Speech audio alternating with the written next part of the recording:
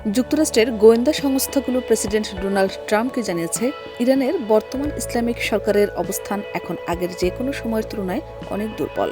১৯৭৯ সালে ইসলামিক বিপ্লবের মাধ্যমে শাহ শাসনের পতনের পর এই প্রথম ইরানের কেন্দ্রীয় সরকার এতটা চাপের মুখে পড়েছে। ২৭ জানুয়ারি মার্কিন সংবাদ মাধ্যম নিউ ইয়র্ক টাইমস প্রকাশিত এক প্রতিবেদনে এই তথ্য জানানো হয়। প্রতিবেদনে বলা হয়, ইরানে চলমান রাজনৈতিক অস্থিরতা, সরকার বিরোধী আন্দোলন এবং দীর্ঘদিনের অর্থনৈতিক সংকট একসঙ্গে দেশটির শাসন ব্যবস্থাকে দুর্বল করে দিচ্ছে। গোয়েন্দা প্রতিবেদনে আরও বলা হয়েছে, ইরানের অর্থনৈতিক অবস্থা এখন খুবই খারাপ। দেশটিতে মূল্যস্ফীতি বেড়েছে, মুদ্রার মান কমেছে এবং বেকারত্ব বাড়ছে। এসব কারণে সাধারণ মানুষের মধ্যে সরকারের প্রতি অসন্তোষ বাড়ছে, যা সরকারকে আরও চাপে ফেলছে। এই মূল্যায়ন এমন সময় ট্রাম্পকে জানানো হয়েছে যখন তিনি ইরানের বিরুদ্ধে সামরিক পদক্ষেপ নেওয়ার বিষয়টি আবারও বিবেচনা করছেন।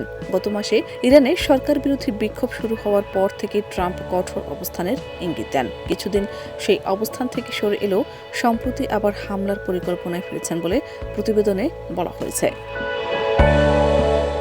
এই পরিস্থিতিতে যুক্তরাষ্ট্র সামরিক উপস্থিতিও বাড়িয়েছে মধ্যপ্রাচ্যে।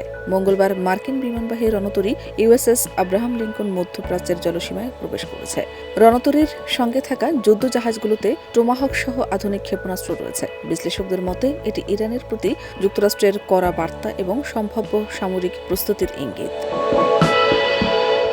শাহনাজ পারভীন, দেশ রূপান্তর।